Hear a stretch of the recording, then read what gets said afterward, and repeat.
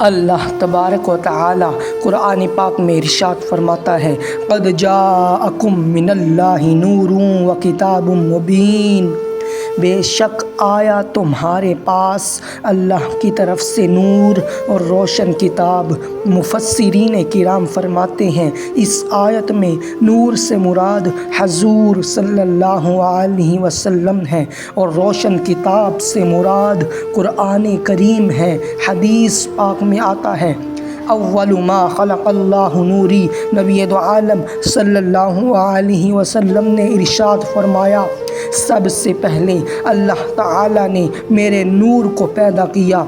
ایک اور حدیث شریف میں آتا ہے کہ حضرت جابر بن عبداللہ رضی اللہ تعالی عنہ نے حضور صلی اللہ علیہ وسلم سے پوچھا کہ سب سے پہلے اللہ تعالیٰ نے کس چیز کو پیدا کیا؟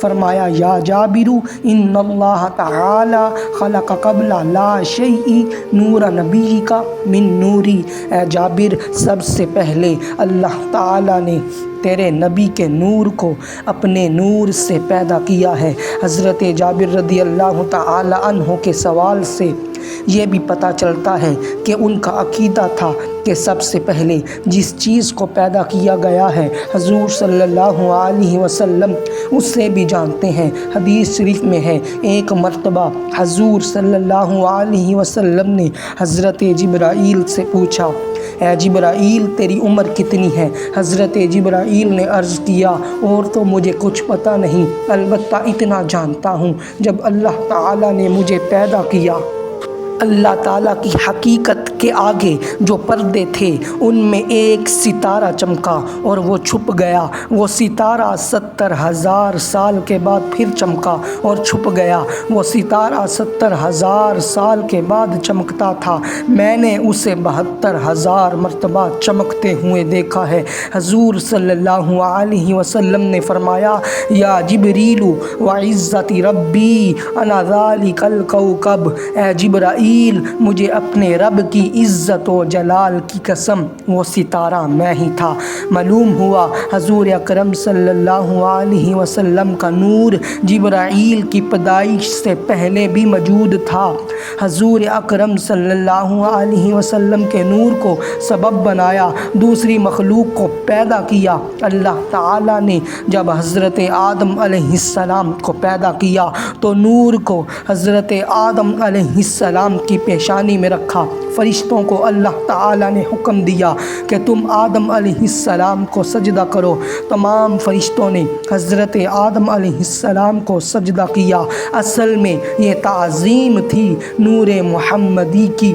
فسجد الملائکۃ کلہم اجمعون الا ابلیس ابی ان یکون مع الساجدین، سارے کے سارے فرشتوں نے سجدہ کیا سوائے ابلیس کے، اس نے سجدہ کرنے والوں کے ساتھ ہونے سے انکار کر دیا۔ فرشتوں کی نگاہ حضرت آدم علیہ السلام کی پیشانی پر پڑی تو ان کو نور محمدی نظر آیا، پیشانی میں چمکتا ہوا۔ شیطان کو مٹی نظر آئی، کیونکہ نور اسے نظر آتا ہے جس کی آنکھ میں نور ہو۔ نور دیکھنے کے لیے بھی نور کی ضرورت ہے۔ فرشتوں میں نور ایمان تھا، شیطان میں نور ایمان نہیں تھا۔ وَكَانَ مِنَ الْكَافِرِينَ، کافروں میں سے تھا، اس لیے نہ سجدہ کیا نہ تعظیم کی۔ اعلیٰ حضرت رحمۃ اللہ علیہ فرماتے ہیں، شرک ٹھہرے جس میں تعظیم حبیب، اس برے مذہب پہ لعنت کیجیے۔ حضرت آدم علیہ السلام جب زمین پر تشریف لائے تو حضرت آدم علیہ السلام اور حضرت حوا علیہ السلام نے مل کر رہنا شروع کر دیا اور بچوں کی پیدائش کا سلسلہ شروع ہو گیا۔ جڑواں بچے پیدا ہوتے تھے۔ آخری مرتبہ جو لڑکا پیدا ہوا وہ اکیلا ہوا۔ حضرت آدم علیہ السلام نے ان کا نام حضرت شیس علیہ السلام رکھا۔ نور محمدی کو ان میں رکھا گیا، وہی آدم علیہ السلام کے جانشین ہوئے، ان کو ہی نبوت ملی۔ حضرت نوح علیہ السلام میں نور محمدی کو رکھا گیا۔ آپ کی جو کشتی پار لگی یہ برکت تھی نور محمدی کی۔ حضرت ابراہیم خلیل اللہ علیہ السلام میں نور محمدی آیا۔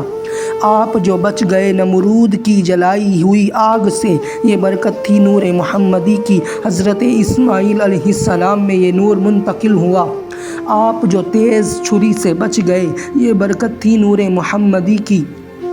سرکار مدینہ صلی اللہ علیہ وسلم کے نور کا چرچا آسمانوں پر بھی ہو رہا ہے، زمین پر بھی ہو رہا ہے، عرش پر بھی ہو رہا ہے، فرش پر بھی ہو رہا ہے۔ کوئی بند کرنا چاہے تو بند نہیں ہوگا۔ نور خدا ہے کفر کی حرکت پہ خندہ زن، پھونکوں سے یہ چراغ بجھایا نہ جائے گا۔ جو حضور صلی اللہ علیہ وسلم کے نور کو نور مانتا ہے، اس کے دل میں نور ہے، اس کی قبر میں نور ہوگا، اس کے لیے حشر میں نور ہوگا۔ ہاں تو میں عرض کر رہا تھا کہ حضرت اسماعیل علیہ السلام میں حضور صلی اللہ علیہ وسلم کا نور منتقل ہوا۔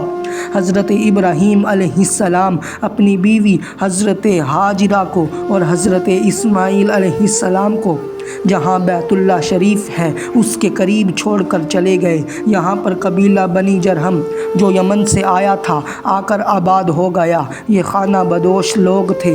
جب حضرت اسماعیل علیہ السلام جوان ہو گئے تو آپ نے قبیلہ بنی جرہم کی ایک خاتون سے شادی کی۔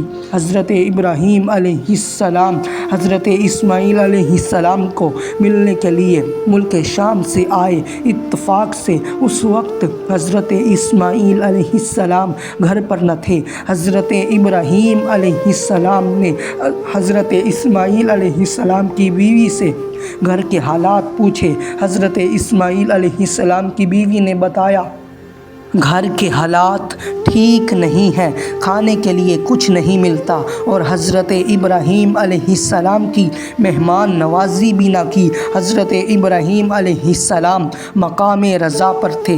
آپ کی بہو نے جو باتیں کی تھیں یہ مقام رضا کے خلاف تھی۔ واپس ملک شام جاتے ہوئے حضرت ابراہیم علیہ السلام نے اپنی بہو کو فرمایا کہ جب تمہارے شوہر گھر میں آئیں تو ان کو کہہ دینا کہ اپنے گھر کی دہلیز بدل دو، کیونکہ یہ دہلیز اس گھر کی شان کے لائق نہیں ہے۔ حضرت ابراہیم علیہ السلام ملک شام واپس لوٹ گئے۔ شام کو حضرت اسماعیل علیہ السلام گھر آئے تو کہا، آج مجھے اپنے والد محترم کی خوشبو آ رہی ہے۔ آئے تو نہیں تھے۔ بیوی نے کہا، مجھے آپ کے والد کا تو پتہ نہیں، البتہ ایک بزرگ آئے تھے، انہوں نے گھر کے حالات پوچھے۔ میں نے کہا گھر کے حالات ٹھیک نہیں ہیں۔ تم نے ایسی بات کہہ دی؟ اچھا پھر کیا ہوا؟ بیوی نے کہا کہ جاتے ہوئے بزرگوں نے کہا کہ جب تمہارے شوہر گھر میں آئیں تو ان کو کہنا اس گھر کی دہلیز بدل دو۔ حضرت اسماعیل علیہ السلام نے بتایا، وہ میرے والد محترم تھے، مجھے حکم دے کر گئے ہیں کہ میں تم کو طلاق دے دوں، جاؤ تمہیں طلاق ہے، میں کہ چلی جاؤ۔ کچھ عرصے بعد آپ نے بنی جرہم کی دوسری خاتون سے شادی کی۔ حضرت ابراہیم علیہ السلام اپنے کنبے کو ملنے کے لیے دوبارہ آئے۔ اتفاق سے اب بھی حضرت اسماعیل علیہ السلام گھر پر نہ تھے۔ حضرت ابراہیم علیہ السلام نے اپنی بہو سے گھر کے حالات پوچھے۔ کہا، اللہ تعالیٰ کا شکر ہے کہ اللہ تعالیٰ نے مجھے اسماعیل علیہ السلام جیسا شوہر دیا ہے۔ کھانے کے لیے گوشت اور پینے کے لیے آب زمزم ملتا ہے۔ حضرت ابراہیم علیہ السلام کو کہا کہ معلوم ہوتا ہے آپ دور سے تشریف لائے ہیں، میں آپ کا سر دھو دیتی ہوں۔ کہا، بیٹی میں سواری سے نیچے نہیں آ سکتا۔ پتھر اٹھا کر لائیں۔ کہا کہ آپ اس پتھر پر آ جائیں، اس سے مجھے خدمت کا موقع بھی مل جائے گا۔ آپ جو وعدہ کر کے آئے ہیں اس کی خلاف ورزی بھی نہیں ہوگی۔ گھر میں جو کچھ موجود تھا کھانے کے لیے پیش کیا، مہمان نوازی کی اور اخلاق سے پیش آئیں۔ حضرت ابراہیم علیہ السلام بہت خوش ہوئے، دعائیں دیں۔ جب واپس ملک شام جانے لگے اپنی بہو کو پیغام دیا کہ جب تمہارے شوہر گھر آئیں تو ان کو میرا سلام کہنا، اور کہنا یہ تمہارے گھر کی دہلیز بہت اچھی ہے، اس کی حفاظت کرنا۔ جب حضرت اسماعیل علیہ السلام شام کو گھر واپس لوٹے تو بیوی سے کہا کہ مجھے اپنے والد محترم کی خوشبو آ رہی ہے، کیا میرے والد آئے تھے؟ کہا کہ ایک بزرگ آئے تھے، چہرہ بڑا خوبصورت تھا، جسم سے پاکیزہ خوشبو آ رہی تھی۔ جاتے ہوئے پیغام دے کر گئے کہ اپنے شوہر سے کہنا یہ گھر کی دہلیز بہت اچھی ہے، اس کی حفاظت کرنا۔ حضرت اسماعیل علیہ السلام نے بتایا وہ میرے والد محترم تھے، انہوں نے مجھے حکم دیا ہے کہ میں تمہاری حفاظت کروں اور تمہیں کبھی طلاق نہ دوں۔